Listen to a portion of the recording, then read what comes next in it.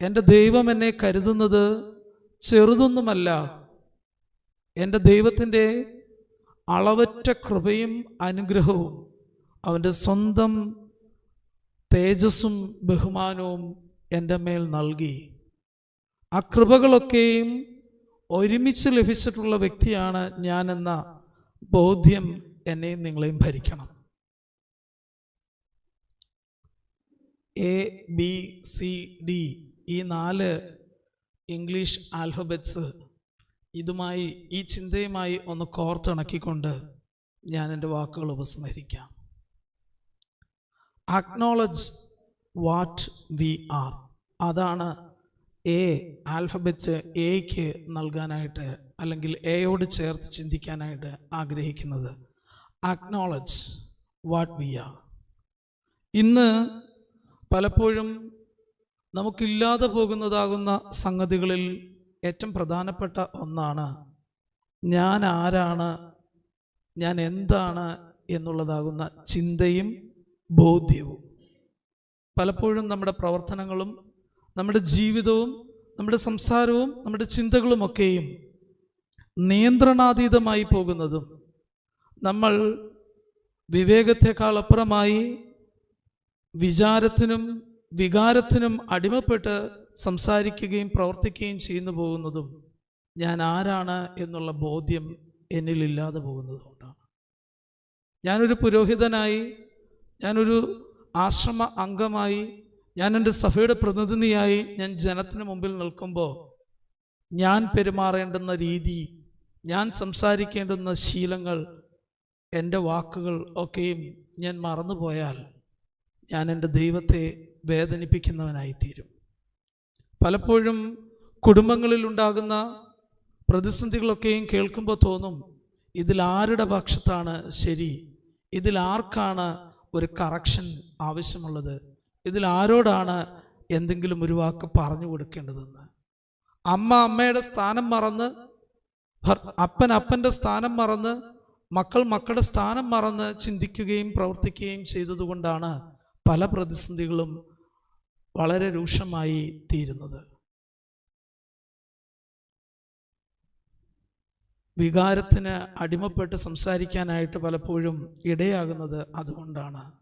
ഞാൻ ആരാണ്, ഞാൻ എന്താണ്, ഞാൻ എവിടെയാണ് എന്നുള്ളതാകുന്ന ആ ഓർമ്മ ഇല്ലാതെ പോവുകയാണ് ചെയ്യുന്നത്. Acknowledge what we are, acknowledge what I am. ഞാൻ ആരാണ്, നമ്മൾ ആരാണ്, ആ ഒരു ചിന്ത ഇടയ്ക്കിടയ്ക്ക് നമുക്ക് ആവശ്യമാണ്. കാരണം നമ്മൾ ദൈവത്തിൻ്റെ സ്വന്തം സാദൃശ്യത്തിലും സ്വന്തം സ്വരൂപത്തിലും അല്പം മാത്രം താഴ്ത്തപ്പെട്ട് ആ നിലയിൽ ദൈവം പരിഗണിക്കുന്ന വ്യക്തികളാണ്, ദൈവത്താൽ ശ്രദ്ധിക്കപ്പെടുന്ന വ്യക്തികളാണ്. ആ ഓർമ്മ നമ്മളിൽ മാഞ്ഞു പോകരുത്. രണ്ടാമത്, എല്ലാവരും ആഗ്രഹിക്കുന്നതാവുന്ന സംഗതിയാണ് ബി ബിലവഡ് ടു അതേഴ്സ്. എല്ലാവരാലും സ്നേഹിക്കപ്പെടണം, എല്ലാവരാലും കരുതപ്പെടണം, എല്ലാവരാലും അംഗീകരിക്കപ്പെടണം, എല്ലാവരുടെയും മുമ്പിൽ ശ്രദ്ധ കിട്ടണം. ഞങ്ങൾ സ്കൂളിൽ ചില കുഞ്ഞുങ്ങളുടെ വേലത്തരങ്ങൾ എന്ന് പറയാം, അങ്ങനെയുള്ള, അല്ലെങ്കിൽ അവരുടെ പ്രവർത്തനങ്ങൾ കാണുമ്പോൾ, അല്ലെങ്കിൽ ടീച്ചേഴ്സ് പലപ്പോഴും കൊണ്ടുവന്നിട്ട് ഫാദർ ഇവൻ ഭയങ്കര പ്രശ്നം, അവനിങ്ങനെ അങ്ങനെ എന്നൊക്കെ പറയുമ്പോൾ ഞാൻ ടീച്ചേഴ്സിനോട് കുഞ്ഞുങ്ങൾ കേൾക്കാതെ പറയും, ടീച്ചർ ഇതിനകത്ത് വലിയ കാര്യമൊന്നുമില്ല, അവരൊരു അറ്റൻഷൻ സീക്കിങ്ങിന് വേണ്ടിയിട്ട് നടത്തുന്നതാണ്, അവരിതൊന്ന് ശ്രദ്ധിക്കപ്പെടണം. ഇല്ലേ, കുഞ്ഞു മക്കളൊക്കെ അങ്ങനെയല്ലേ, അവരെ ആരും നോക്കുന്നില്ലെങ്കിൽ കുറച്ച് നേരം കഴിയുമ്പോൾ അവർ ചുമ്മാ നടന്നിട്ടൊരു ബഹളം വെക്കുന്നു. അപ്പം നമ്മൾ വിചാരിക്കും കരയാണെന്ന്, ഓടി ചെല്ലുമ്പോൾ എന്താ കണ്ണുനീരൊന്നും വന്നിട്ടുണ്ടാകത്തില്ല, വെറുതെ ഒരു ബഹളം, ഒരു ശബ്ദമൊക്കെ ഉണ്ടാക്കുന്ന അറ്റൻഷൻ സീക്കിങ്. അത് ആ പ്രായത്തിൽ തുടങ്ങി മരിക്കുവോളം മനുഷ്യനോടൊപ്പമുള്ളതാകുന്ന സംഗതിയാണ്. എന്നെ എല്ലാവരും സ്നേഹിക്കണം, എന്നെ എല്ലാവരും കരുതണം, എന്നെ എല്ലാവരും അംഗീകരിക്കണം. എന്നെ എല്ലാവരും സ്നേഹിക്കണമെങ്കിൽ ഞാൻ എന്ത് ചെയ്യണം? ഞാൻ എല്ലാവരെയും സ്നേഹിക്കണം. എന്നെ എല്ലാവരും അനുസരിക്കണമെങ്കിൽ ഞാൻ മറ്റുള്ളവരെ അനുസരിക്കുന്നവനാകണം. എന്നോടെല്ലാവരും ക്ഷമിക്കണമെങ്കിൽ ഞാനും പലപ്പോഴും ക്ഷമിക്കണം എന്നും കർത്തൃപ്രാർത്ഥനയിൽ ചൊല്ലുന്നുണ്ട്, പ്രാർത്ഥിക്കുന്നുണ്ട്. പക്ഷേ പലപ്പോഴും ഉപാധികൾ വെച്ചിട്ടാണ് നമ്മുടെ ക്ഷമ, ഉപാധികൾ വെച്ചിട്ടാണ് നമ്മൾ സ്നേഹിക്കുന്നത്, ഉപാധികളുടെ പുറത്താണ് നമ്മൾ കരുതുന്നത്. അവനോട് അങ്ങനെ ചെയ്താൽ എനിക്കെന്ത് നേട്ടമാ, അല്ലെങ്കിൽ ആ കാര്യത്തിൽ ഞാൻ ഇടപെട്ടാൽ എനിക്കെന്ത് മെച്ചമാ. ഇതാണ് ഇന്നത്തെ നമ്മുടെയൊക്കെയും ജീവിതത്തിലെ ശീലങ്ങളും ശൈലികളും. ആൽഫബറ്റിൽ എ കഴിഞ്ഞ് ബി കഴിഞ്ഞാൽ സി ആണ്. സി ഒരൊറ്റ സ്റ്റേറ്റ്മെന്റ്, കൗണ്ട് യുവർ ബ്ലെസ്സിങ്സ്. ലഭിക്കാത്തതിനെ ഓർത്ത് പിറുപിറുക്കാത്ത ആരെങ്കിലും എൻ്റെ മുമ്പിലുണ്ടോ? എപ്പോഴെങ്കിലും മനസ്സിൽ ഒരു പരാതി ഉണ്ടാകാത്തവരുണ്ടോ? കുറവാണ്. തുലോം തുച്ഛമാണ്. ആരും തന്നെ കാണാൻ സാധ്യതയില്ല. കാരണം എന്താ? ലഭിച്ചതിനെ കുറിച്ചൊന്നും നമുക്ക് ബോധ്യമില്ല, ലഭിച്ചതിനെ കുറിച്ചൊന്നും നമുക്ക് കണക്കില്ല, ലഭിച്ചതിനെ കുറിച്ചൊന്നും നമുക്ക് തിരിച്ചറിവില്ല. അഭിനന്ദ തിരുമേനി അല്പം നിമിഷം മുമ്പ് പറഞ്ഞു, എന്ന് വരെ നാം ജീവിക്കുമെന്ന്, എത്ര ആയുസ് നമുക്കുണ്ടാകുമെന്ന് നമുക്ക് ഉറപ്പില്ല. പക്ഷേ ലഭിച്ചതിനെ കുറിച്ച് നമുക്ക് ഉറപ്പുണ്ട്. ഇന്ന് ഞാൻ ഇങ്ങനെ ആയിരിക്കുന്നതെങ്കിൽ അതെൻ്റെ ദൈവത്തിൻ്റെ കരുണയും കൃപയുമാണ്, എൻ്റെ ദൈവത്തിൻ്റെ സ്നേഹമാണ്. എൻ്റെ ദൈവം എന്നെ പരിലാളനാപൂർവം പരിഗണിച്ചത് കൊണ്ടാണ്. Because of his priority. വ്യക്തിപരമായി പറയുമ്പോൾ ഞാൻ പറയും, 25-ാമത്തെ വയസ്സിൽ വൈദികനായി വിശുദ്ധ ബലി അർപ്പിക്കുവാൻ എനിക്ക് സാധിച്ചു. 30 വയസ്സ് തികയുന്നതിന് മുമ്പ് സഭയെ ഏൽപ്പിച്ചിട്ടുള്ള ഉത്തരവാദിത്തങ്ങൾ, ആശ്രമം ഏൽപ്പിച്ചിട്ടുള്ള ഉത്തരവാദിത്തങ്ങൾ ഏറ്റെടുക്കുവാൻ കഴിഞ്ഞു. ഇതൊക്കെയും എനിക്ക് കഴിഞ്ഞിട്ടുണ്ടെങ്കിൽ അതെൻ്റെ ശ്രേഷ്ഠതയോ എൻ്റെ കുടുംബ പാരമ്പര്യമോ എൻ്റെ മാതാപിതാക്കളുടെ ശ്രേഷ്ഠതയോ അല്ല, മറിച്ച് ദൈവത്തിൻ്റെ എന്നോടുള്ള കരുതലാണ്. നമുക്ക് ഓരോരുത്തർക്കും അങ്ങനെ പറയാൻ സാധിക്കണം. നമുക്ക് ഓരോരുത്തർക്കും അങ്ങനെ ഒന്ന് ചിന്തിച്ചേ. ഈ സന്ധ്യയിൽ ഇന്ന് എത്രയോ കിലോമീറ്ററുകൾക്കപ്പുറത്ത്, ദേശാന്തരങ്ങൾക്കപ്പുറത്ത് ഈ കുന്നുംകുളത്തിരിക്കുമ്പോൾ ഇതിന് നമ്മെ ഇടയാക്കി തീർത്തത് ആരാണ്? അയൽവക്കത്തെ വീട്ടിൽ, കുറച്ചുകൂടി ലളിതമായി പറഞ്ഞാൽ അയൽവക്കത്തിലെ വീട്ടിലെ സന്തോഷങ്ങൾ, അവിടുത്തെ പുതിയ വണ്ടിയുടെ മോഡൽ കണ്ടിട്ട്, അവിടുത്തെ പുതിയ റെഫ്രിജറേറ്ററിന്റെ കവറ് പുറത്തിരിക്കുന്നത് കണ്ടിട്ട് ഒക്കെയും നെടുവീർപ്പിടുമ്പോൾ അതിനേക്കാളും ശ്രേഷ്ഠമായത് ദൈവം നിനക്ക് നൽകി എന്നുള്ള ബോധ്യമില്ലാതെ എത്ര തവണ നെടുവീർപ്പിട്ടിട്ടുണ്ടാവും. ആ ശീലം മാറ്റിയെടുക്കുക, ആ ശീലത്തെ മാറ്റുക. മറിച്ച് ലഭിച്ച നന്മകളെ ഓർക്കുക. Count your blessings. നമ്മൾ അല്പം കഴിഞ്ഞു കഴിഞ്ഞാൽ ഭക്ഷണം കഴിക്കാൻ പോവാ അല്ലേ? ഒരു ഭക്ഷണത്തിൻ്റെ കഥ പറയാം. ഒരിക്കൽ ഒരു വിശാലമായ ഹാളില് നിറയെ വിഭവങ്ങൾ ഒരുക്കി വെച്ചു. എല്ലാവരോടും ഇത്ര മണിയാകുമ്പോൾ നമുക്ക് ഭക്ഷണത്തിന് പോകാമെന്ന് പറഞ്ഞു. സമയമായപ്പോൾ എല്ലാവരെയും വിളിച്ചിട്ട് എല്ലാവരുടെയും കൈകൾ പിറകിലേക്ക് പിടിച്ചു വെച്ച് കെട്ടി നിർത്തി. ഇതെന്തിനാണെന്ന് ആർക്കും മനസ്സിലായില്ല. അതിനുശേഷം പറഞ്ഞു, ഇനി എല്ലാവരും അകത്ത് കടന്ന് ഭക്ഷണം കഴിച്ചോളാൻ പറഞ്ഞു. പുറത്ത് നിൽക്കുമ്പോൾ തന്നെ നല്ല ഭക്ഷണത്തിൻ്റെ മണം വന്നുകൊണ്ടിരിക്കുക. പൊരിച്ചതും വറുത്തതിൻ്റെയൊക്കെ നല്ല മണം വരുന്നുണ്ട്. മാത്രമല്ല സമയമായപ്പോൾ സ്വാഭാവികമായുള്ള വിശപ്പുമുണ്ട്. എന്നാൽ മുറിക്കകത്ത് കിടന്ന് എല്ലാ ഭക്ഷണം കാണുകയല്ലാതെ അതെടുത്ത് കഴിക്കാൻ പറ്റാത്ത വിധത്തിൽ 2 കൈകളും പുറകിൽ കെട്ടിവെച്ചിരിക്കുക. എല്ലാവരും പിറുപിറുത്തുകൊണ്ട് ഇറങ്ങിപ്പോന്നു. കുറച്ച് കഴിഞ്ഞപ്പോൾ ഇവരെ വീണ്ടും മറ്റൊരു ഹാളിൽ കൊണ്ടു ചെന്നു. അവിടെ നോക്കുമ്പോൾ അവിടെ നിൽക്കുന്ന എല്ലാവരുടെയും കൈ പുറകിൽ കെട്ടിയിട്ടുണ്ട്. പക്ഷേ എല്ലാവരും ചവച്ചുകൊണ്ടിരിക്കുന്നു. They are chewing. അവർ ഭക്ഷണം കഴിക്കുകയാണ്. ഇതെന്ത് മാജിക്കാണെന്നോർത്ത് വീണ്ടും ശ്രദ്ധിച്ചു നോക്കുമ്പോഴാണ് കാണുന്നത്, പിറകിൽ കെട്ടിയിരിക്കുന്ന കൈകൾ ഉപയോഗിച്ച് ആ വ്യക്തിക്ക് അവൻ്റെ വായിലേക്കേ ഉള്ളൂ ഭക്ഷണം എടുത്തു വെക്കാൻ പ്രയാസമുള്ളത്. മറിച്ച് പിറകിൽ കെട്ടിയിരിക്കുന്ന കൈകൊണ്ട് തന്നെ മറ്റൊരാൾക്ക് ഭക്ഷണം എടുത്ത് വായിലോട്ട് വെച്ചു കൊടുക്കാൻ പറ്റുന്നുണ്ട്. പ്രതിസന്ധിയാണ് എന്ന് കരുതി പിറുപിറുത്തവർക്കൊക്കെയും സാധ്യതകളെ തിരിച്ചറിയാൻ സാധ്യതകൾ തിരിച്ചറിയാൻ പറ്റാഞ്ഞതുകൊണ്ടാണ് അവർക്ക് പിറുപിറുക്കേണ്ടി വന്നത്. ആ ബ്ലെസ്സിങ് ഇതുകൊണ്ട് എൻ്റെ കൈ കൊണ്ട് എനിക്ക് ഭക്ഷണം കഴിച്ചില്ലെങ്കിലും എനിക്ക് മറ്റൊരാളെ കരുതാൻ കഴിയും എന്നുള്ള ചിന്തയിലേക്ക് അവർക്ക് വളരാൻ സാധിച്ചില്ല.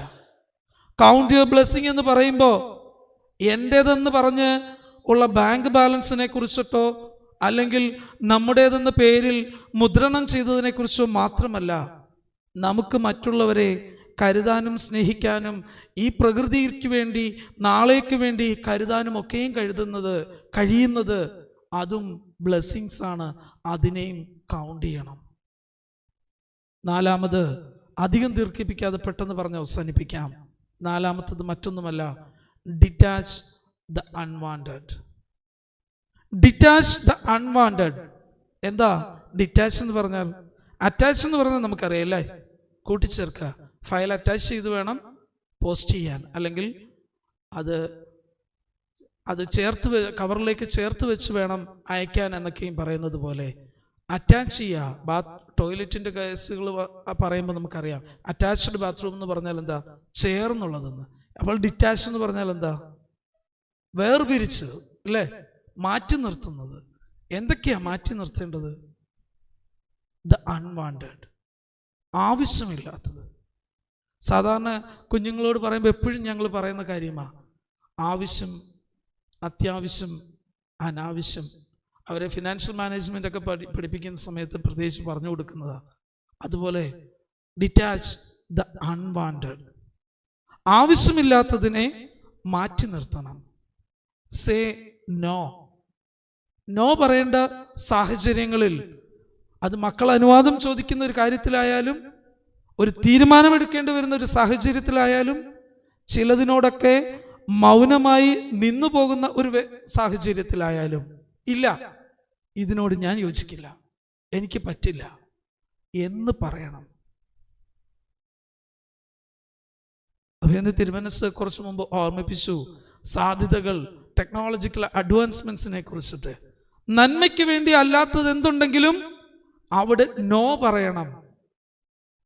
അതാണ് ഡിറ്റാച്ച് ചെയ്യുന്നത്. അത് ചിലപ്പോൾ സൗഹൃദങ്ങളാകാം, ചിലപ്പോൾ ചില സാഹചര്യങ്ങളാകാം, ചില കൂട്ടുകെട്ടുകളാകാം, അതുമല്ലെങ്കിൽ നമ്മുടെ ചില ശീലങ്ങളാകാം. സന്ധ്യയായി കഴിയുമ്പോൾ കുറച്ചു നേരം എനിക്ക് ഒന്ന് രണ്ട് പ്രത്യേക സീരിയലുകളുണ്ട്, അല്ലെങ്കിൽ അതുണ്ട് ഇതുണ്ട്, അല്ലെങ്കിൽ അങ്ങനെയുണ്ട് ഇങ്ങനെയുണ്ട് എന്നൊക്കെ മനസ്സ് നമ്മളോട് പറയുന്ന ചിലത്, അത് ദൈവം പറയുന്നതല്ലെങ്കിൽ, അത് ദൈവത്തിന് ഇഷ്ടമുള്ളതല്ലെങ്കിൽ, അത് കട്ട് ചെയ്യണം, അത് ഡിറ്റാച്ച് ചെയ്യണം, അതിനോട് നോ പറയണം. നമുക്കതിന് സാധിച്ചാൽ നാം ദൈവത്തിൻ്റെ മക്കളായി, ദൈവം കരുതുന്നതിന് ഒപ്പം സ്വർഗത്തെ സന്തോഷിപ്പിക്കുന്നവരായിട്ട് നമുക്ക് മുമ്പോട്ട് പോകാൻ സാധിക്കും. ഇങ്ങനെ വരുമ്പോൾ നമ്മുടെ ജീവിതത്തിൽ കോമൺ ആയിട്ട് 3 കാര്യങ്ങളുണ്ടാകും. അതുകൂടി മാത്രം വേഗം ഓർമ്മിപ്പിക്കാം. Common prayer, common recreation,